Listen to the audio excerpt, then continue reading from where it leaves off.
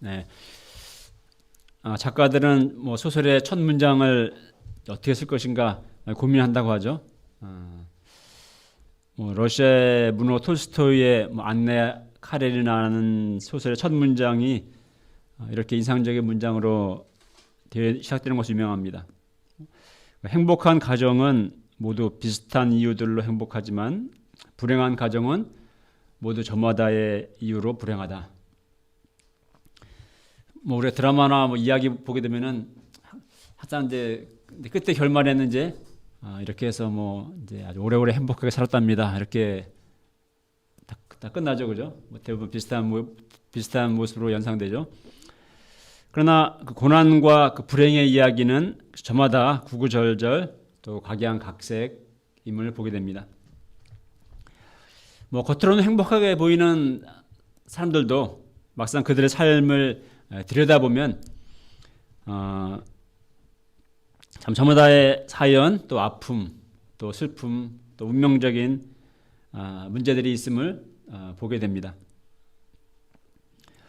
운명주의와 어둠, 또 불행하다는 생각 속에 인생을 살아가는 사람들이 많이 있습니다.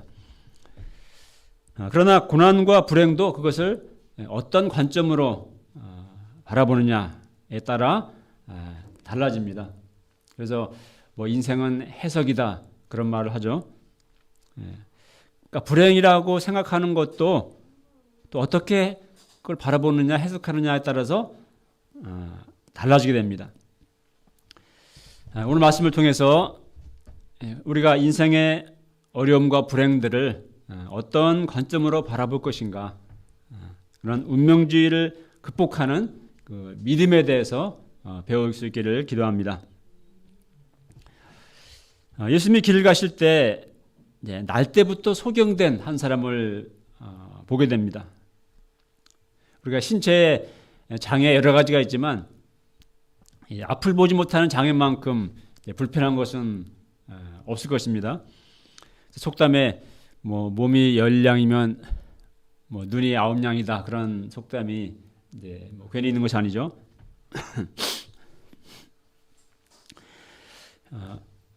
이렇게 앞을 못 보는 분들 보신 적 있나요? 요즘에는 뭐 지하철에서도 많이 단속을 해서인지 예전에 많이 있었는데 요즘은 참 보기가 힘든 것 같아요. 앞을 못 보는 분의 얼굴과 눈을 바라보면은 왠지 모를 그런 운명적인 슬픔이 참 우리 가슴에 밀려드는 것을 느끼게 됩니다. 자, 근데 본문에 나오는 이 사람은 이제 날 때부터 소경된, 날 때부터 맹인된 사람이었습니다. 한번 상상해 보십시오. 그 사람은 한 번도 뭔가를 본 적이 없죠. 태어날 때부터. 뭐 파란 하늘도 흰 구름도 본 적이 없고요. 또 지난 봄에 참 얼마나 아름다운 꽃들로 가득합니까? 이 아름다운 꽃들도 본 적이 없어요. 뭐 나를 낳아주신 엄마 얼굴도 본 적이 없습니다. 그는 정말 암흑 속에서 태어났고 일생을 그 암흑 속에서만 살아온 그런 사람입니다. 그래서 이제 길가에 앉아 이제 구걸하면서 결국 이제 겨우겨우 먹고 살아가는 이제 거지였습니다. 자, 이 맹인 거지를 보고 제자들이 예수님께 질문하게 됩니다. 2절을 읽어볼까요? 시작. 라비어, 이 사람이 맹인으로 난 것이 누구의 죄로 인함이니까? 자기이니까 그의 부모니까? 예. 자, 라비어, 이 사람이 맹인으로 난 것이 누구의 죄 때문입니까? 자기 죄 때문입니까? 부모의 죄 때문입니까? 자, 제 아들은 불행의 그 원인을 묻고 있죠. 그러니까 이들의 질문은 사뭇 철학적인 질문이기도 합니다. 그래서 이 어떤 고통의 문제는 뭐 철학적인 또 신학적인 정말 난제 중 하나입니다. 당시 유대인들은 이런 불행과 병은 이제 죄 때문에 죄의 결과로 온다고 생각을 했습니다. 인과응보적으로 우리가 뭐 구약 성경 말씀에 그런 사상이 있고 실제 뭐 인생의 모든 이 땅의 불행과 고통의 원인은 근본 원인은 죄에 있기도 하죠, 그죠? 창세기 볼 때 죄에 있죠. 그렇게 생각했습니다. 그런데 우리 이제 이 사람은 어떻습니까? 날 때부터 맹인으로 태어났죠. 그러니까 자기의 죄 때문에 이렇게 되었다고 말할 수가 없습니다. 자, 그러면 뭐 부모의 죄 때문인가? 라고 물을 때 부모의 죄 때문에 이렇게 불행하게 되었다면은 그것은 너무나 억울한 것이고 또 부조리한 것이죠. 물론 내 죄 때문에 불행을 겪는 경우도 있어요. 그 사람 삶이 아주 그냥 무절제하고 뭐 술과 담배와 또 방탕한 삶에 쩔어 살 때 뭐 건강을 잃게 되는 거, 이건 자기 죄 때문이죠. 혹은 뭐 음주운전하다가 사고를 났다, 뭐 그의 잘못 때문이죠. 자, 그러나 이 맹인 거지처럼 뭐 누구의 죄 때문이 할 수 없는 또 나의 잘못과 상관없이 겪게 되는 그런 어려움과 고난, 불행들이 우리 삶에는 있습니다. 뭐 태어나 보니까 정말 장애인으로 태어나는 경우도 있죠. 또 정말 자녀를 낳았는데 자녀가 정말 장애인으로 태어나는 경우들이 있습니다. 또 누구는 정말 금수저를 물고 태어난다고 하는데 나는 태어나 보니까 가난한 흑수저입니다. 혹은 또 가정이 불행합니다. 불우합니다. 그러니까 이러한 불행들의 우리가 이유를 물을 때 여기에 답을 찾을 수가 없죠. 그래서 우리는 정말 운명적인 생각을 할 수밖에 없습니다. 자, 예수님의 대답이 무엇입니까? 3절을 읽어보겠습니다. 시작. 예수께서 대답하시되 이 사람이나 그 부모의 죄로 인한 것이 아니라 그에게서 하나님이 하시는 일을 나타내고자 하심이라. 자, 예수님은 이 불행이 그래 무엇 때문이다 이렇게 대답하지 않으십니다. 예수님도 그리고 사실 누구도 이렇게 대답할 수가 없습니다. 이 삶의 고난, 또 불행, 이것은 우리가 알 수 없는 그런 어떤 신비의 영역이고 또 하나님의 영역이라고 할 수가 있습니다. 자, 다만 예수님은 약간 다르게 말씀하시죠. 누구의 죄 때문이다 이런 대답이 아니라 다만 그에게서 하나님이 하시는 일을 나타내고자 하십니다. 그의 과거, 그 이유, 그것이 아니라 현재 그의 불행과 그를 통해서 이제 하나님이 하시는 일을 나타내고자 하신다. 즉, 자, 지금 이 맹인의 이 불행을 통해서 하나님의 영광을 나타낼 기회로 삼고자 하신다고 말씀하십니다. 자, 이 불행이 어디서 왔는가? 뭐 누구의 죄 때문인가? 이렇게 물을 때 그것은 필연적으로 어떤 숙명론적인 운명론적이 될 수밖에 없어요. 근데 이 불행이 하나님의 영광을 나타내기 위함이다고 말할 때 그래서 하나님의 섭리가 됩니다. 그러니까 요셉이 애굽의 노예로 팔리게 될 때 요셉 입장에서 본다면은 정말 내가 왜 이런 불행을 겪게 되는가 생각할 때, 물을 때, 질문할 때 너무 자신의 인생이 기구하고 운명적이 될 수밖에 없죠. 그럼 그나마 그 운명주의 속에서 그 미움과 증오 속에서 자기 신세를 한탄하면서 그의 삶은 망가져 버릴 수가 있었을 것입니다.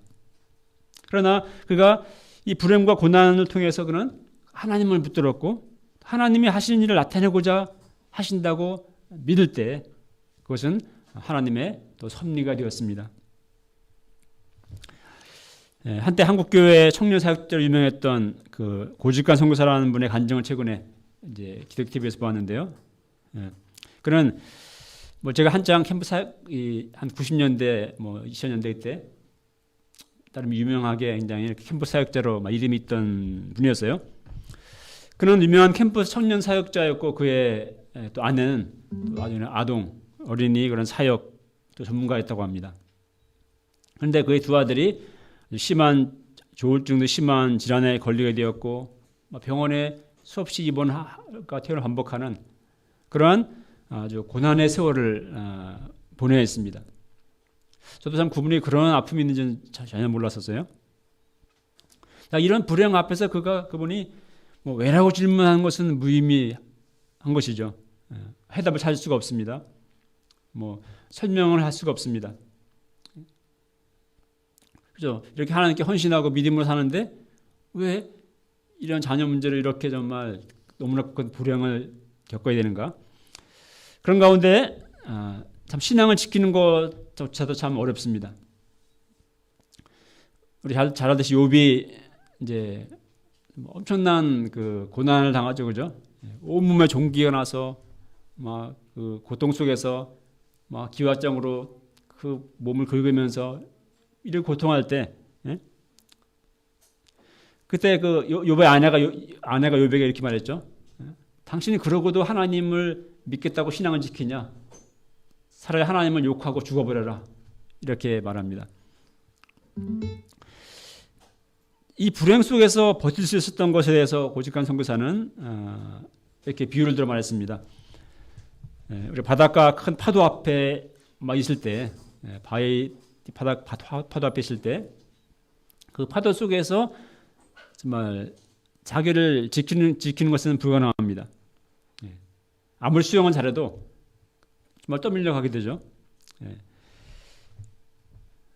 이때 한 가지 사는 길은 끌어안을 수 있는 작은 바위 하나를 붙들고 버티는 것이다 라고 말합니다. 그렇죠. 정말 내가 이렇게 껴안을 수 있는 작은 바위가 있으면 그걸 꽉 붙잡고 있으면은 큰 파도가 왔다 갔다 해도 떠내려가지 않죠. 도무지 감당할 수 없는 그 운명적인 슬픔 앞에서 그가 붙든 것은 하나님이 나를 상처 입은 치유자로가 되게 하시리라는 그런 소망이었다고 했습니다. 그래서 상처 입은 치유자란 말은 이제 그 영성신학자인 헨리 나우엔이 쓴 그다음에 책 제목이기도 한데요. 그죠? 상처 입은 사람이 치유자가 될 수 있습니다. 상처 입은 사람들의 치유할 수 있는 그런 치유자가 될 수 있는 거예요. 자, 우리 예수님 생각해 볼 때 예수님이 정말 이 병들고 상처 입은 세상의 온갖 사람들의 그들의 마음을 어루만지고 그들의 마음에 깊이 공감하고 그들이 그 주님을 통해서 위로받고 상처가 치유되고 회복도 할 수 있는 그 이유는 뭡니까? 바로 주님이 상처를 입으신 분이기 때문에 그렇습니다. 주님은 우리와 똑같이 정말 가난과 또 아픔과 또 버림받음과 상처와 그 고통을 겪으셨기 때문에 주님은 우리의 연약함을 동정하실 수 있으며 우리를 도우실 수 있는 우리의 치유자가 되실 수 있는 것입니다. 오직한 선교사는 자신의 이 고난과 불행이 언제 끝날지 모르는 일이었지만 하여튼 이 소망을 붙잡고 이제 기도했고 놀랍게도 하나님의 은혜로 그분의 두 아들이 결혼도 했고 근래 이렇게 잘 또 어떤 정상적인 삶을 또 살고 있음을 볼 수가 있었습니다.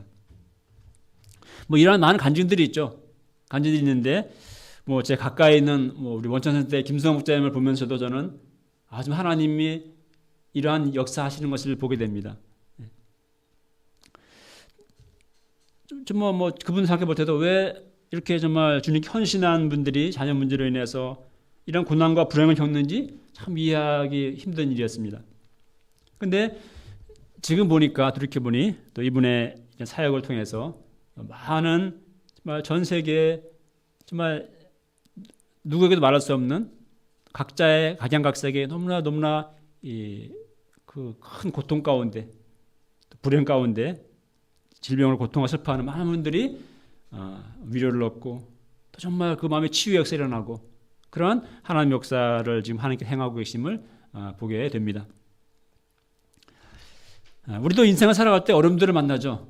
우리도 각자 정말 내 뜻대로 되지 않는 것들이 있습니다. 또 고난과 아픔들을 겪습니다. 이때 우리는 어떻게 되나요? 하나님께 실망하죠.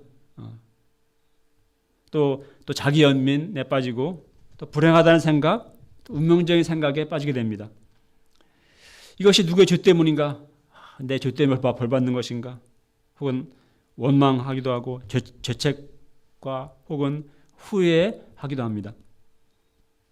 그러나 우리는 오늘 말씀 들은 것보다 믿음의 관점에서 생각해야 합니다.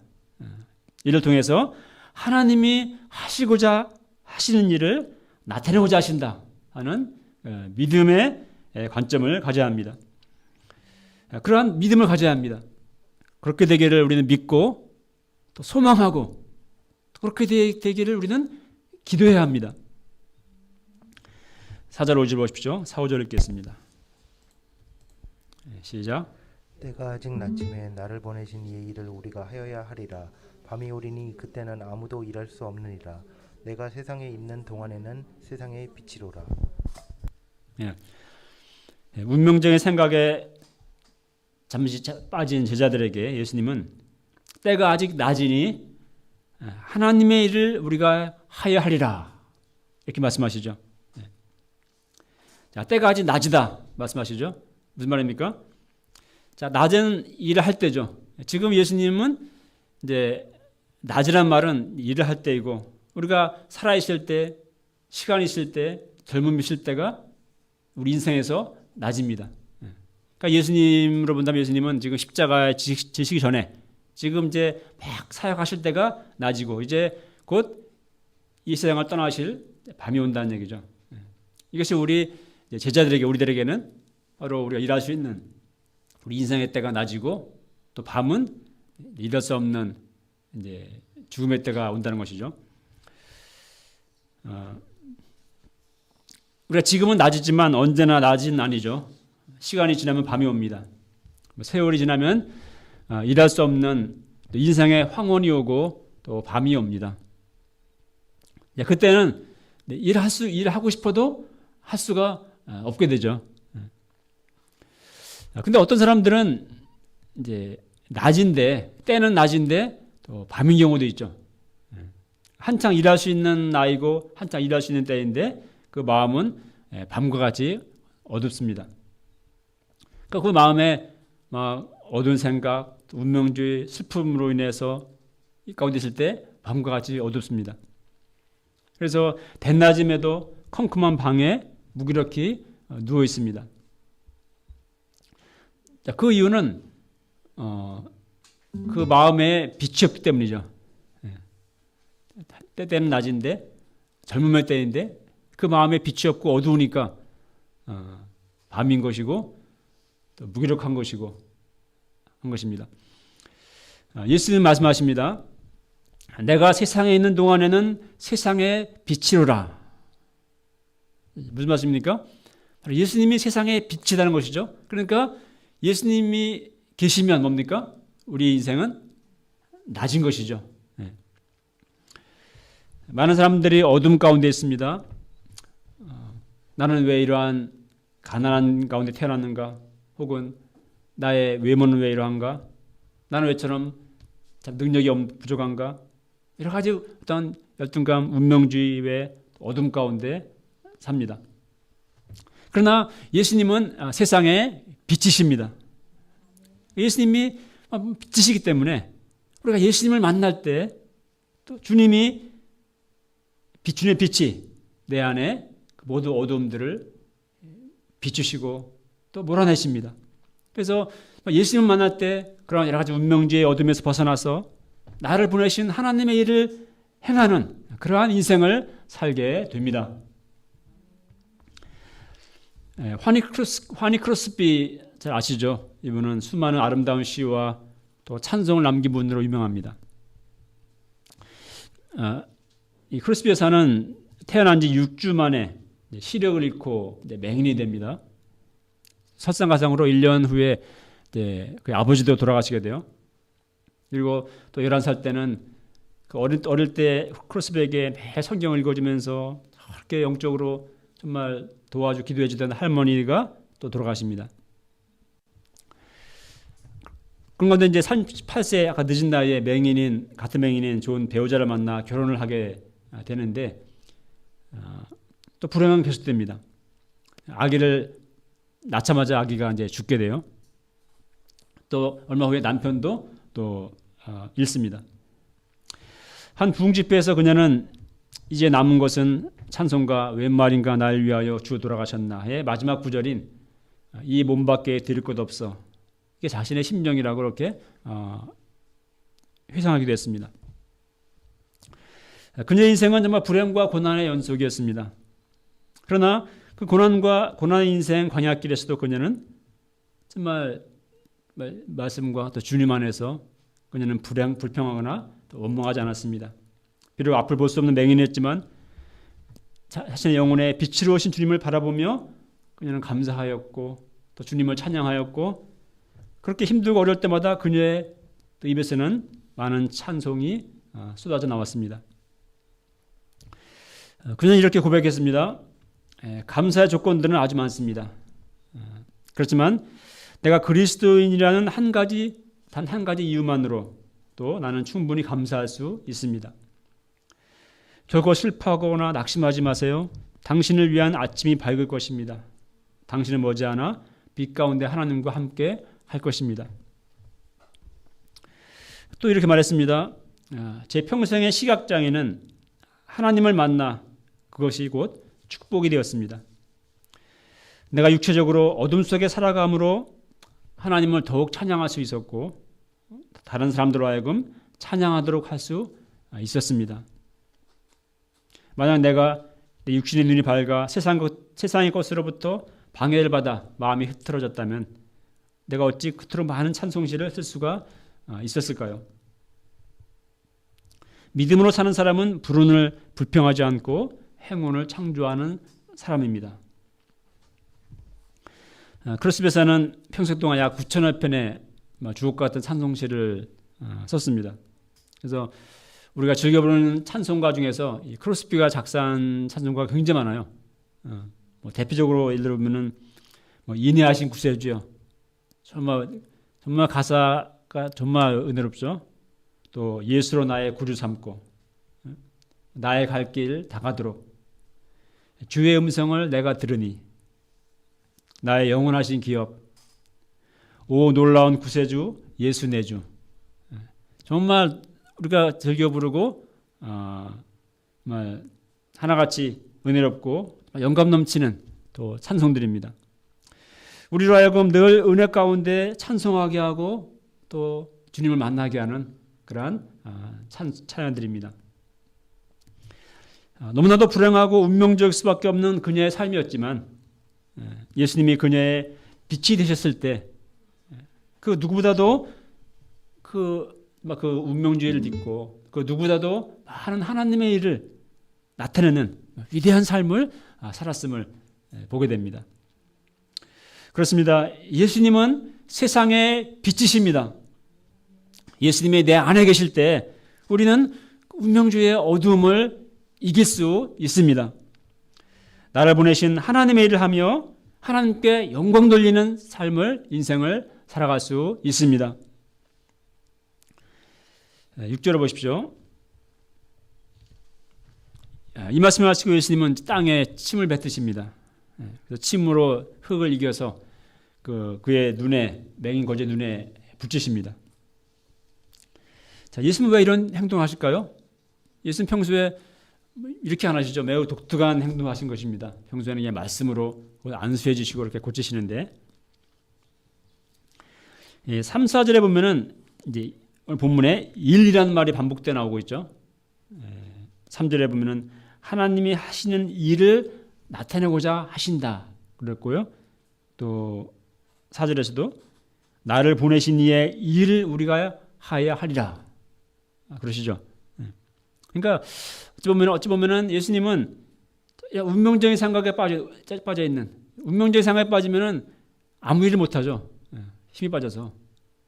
근데 이러한 자들에게 그럴 것이 아니라 일단 이 운명을 딛고 하나님의 일을 나타내시는 하나님의 일을 하시는 그런 모습을 보여준 것이라 볼 수가 있겠습니다.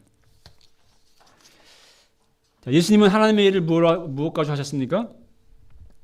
침과 진흙으로 일하셨죠.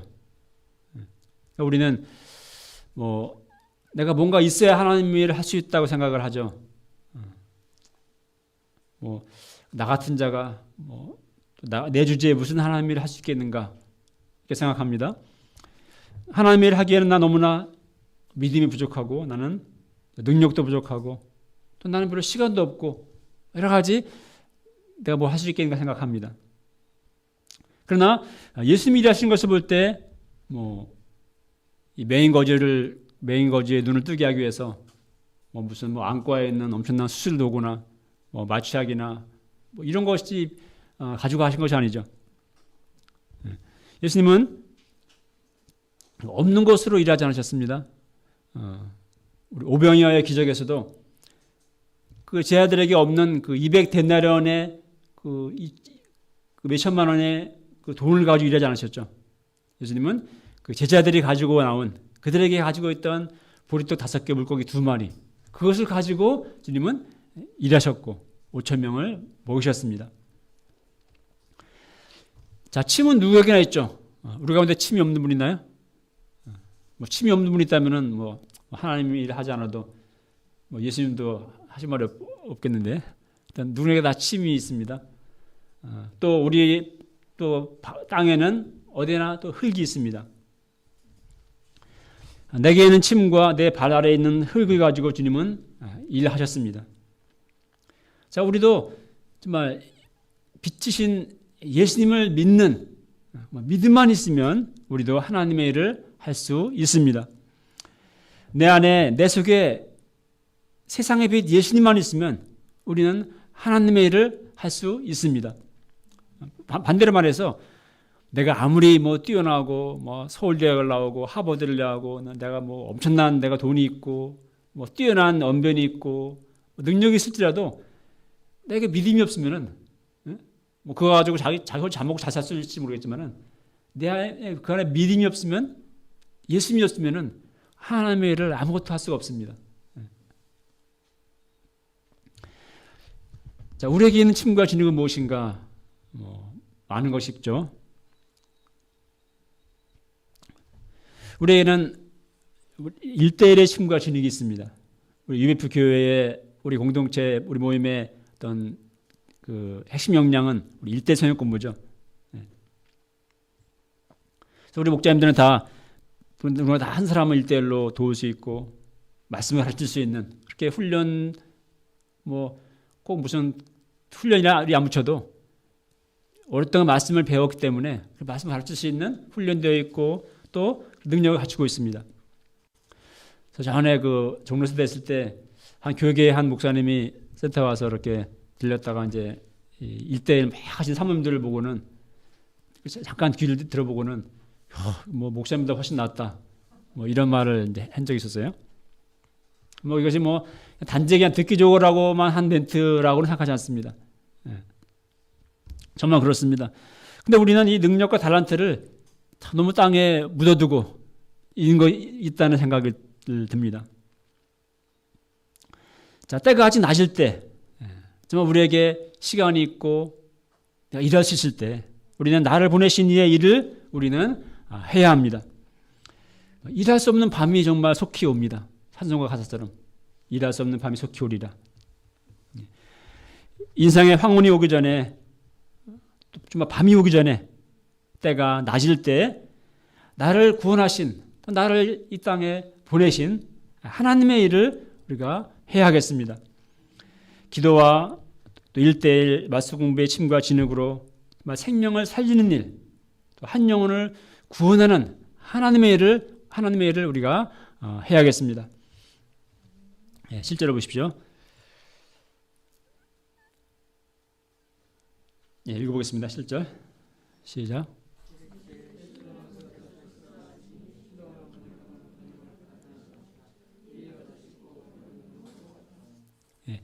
예수님은 그에게 실로암 연못에 가서 씻으라고 명령하십니다. 이에 가서 순종해서 가서 씻었을 때 그의 눈이 떠졌고 그는 밝은 눈으로 돌아왔습니다. 그래서 이제 실로암의 뜻을 설명하고 있죠. 실로암은 번역하면 보내심을 받았다는 뜻이라 했습니다. 자, 앞에 4절에 보게 되면은 예수님이 이렇게 말씀했죠. 나를 보내신 이의 일을 우리가 하여야 하리라. 그래서 나를 보내신 이는 누굽니까? 예수님을 보내신 이는 하나님이시죠. 그리고 그렇다면 예수님은 누굽니까? 하나님으로부터 보내심을 받은 분이죠. 예. 원래 그리스도라는 말이 보내심 받았다는 뜻이죠. 아니. 기름 받은 자 제가 착각했습니다. 기름 받은 자, 보내심 받은 자라는 뜻은 이제 사도. 예수가 실로함은 본문의 실로함은 보내심을 받은 자, 곧 그리스도를 예수 그리스도를 상징합니다. 자, 맹인거지가 실로함에 가서 씻고 밝은 눈으로 보게 되었죠. 그러니까 우리 인생들도 우리도 실로함의 신 예수님께로 가서 우리도 씻어야 합니다. 예수님께 가서 씻을 때 우리의 영적인 눈이 열리게 됩니다. 떠집니다. 영적으로 맹인되었던 자들이 보게 됩니다. 빛을 보게 됩니다. 성령으로 거듭나서 하나님 나라를 보게 됩니다. 그렇죠? 우리도 정말 예수님 만나기 전에 다 영적인 맹인들이었습니다. 죄와 허물로 죽은 자들이었고 하나님을 알지 못했고 영적인 무지 또 인생의 슬픔과 운명주의 여러 어둠 가운데 있던 자들이었습니다. 그러나 우리도 예수님께 나왔을 때 주님의 말씀을 들을 때 우리 눈이 영적인 눈이 떠졌고 우리 영적인 눈이 열렸고 하나님 나라를 보게 되었고 우리는 밝히 보는 자들이 되었습니다. 아직 진리가 무엇인지 생명이 무엇인지 정말 빛이 무엇인지 알지 못한다면 신뢰함이신 예수님께 우리는 나가야 합니다. 예수님께 나감으로 복음의 말씀을 들음으로 그 닫힌 영적인 눈이 열리고 또 밝히 보는 자들이 되어야 하겠습니다. 결론적으로 예수님은 세상의 빛이십니다. 내 속에 있는 어둠 혹은 운명주의가 무엇입니까? 세상의 빛 예수님 안에 있을 때 예수님을 만날 때 더 이상 운명은 없습니다. 다만 하나님은 이를 통해서 하나님이 하시는 일을 나타내고자 하십니다. 우리가 인생의 어려움들 또 불행 앞에서 이러한 믿음을 가질 수 있기를 기도합니다. 운명주의에 내 안에 있는 운명주의 이런 어둠들을 이기고 때가 아직 낮음에 나를 보내신 하나님의 일을 힘써 행하는 삶을 살아가는 저희가 될 수 있기를 기도합니다. 네, 읽겠습니다. 5절 시작. 내가 세상에 있는 동안에는 세상의